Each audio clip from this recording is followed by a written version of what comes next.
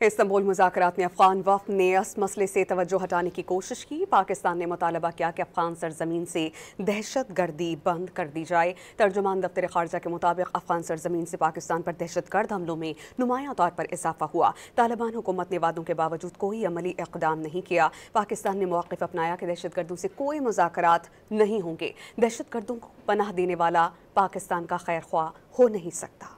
Istanbul मुज़ाकरात में अफगान वफ़द ने इस मसले से तवज्जो हटाने की कोशिश की। पाकिस्तान ने मुतालबा किया कि अफगान सरजमीन से दहशत गर्दी बंद कर दी जाए। तर्जुमान दफ्तर ख़ारजा के मुताबिक अफगान सरजमीन से पाकिस्तान पर दहशत गर्द हमलों में नुमायां तौर पर इजाफा हुआ। तालिबान हुकूमत ने वादों के बावजूद कोई अमली इक़दाम नहीं किया। पाकिस्तान ने मौक़िफ़ अपनाया कि दहशत गर्दों से कोई मुज़ाकरात नहीं होंगे। दहशत गर्दों को पनाह देने वाला पाकिस्तान का खैर ख्वाह हो नहीं सकता।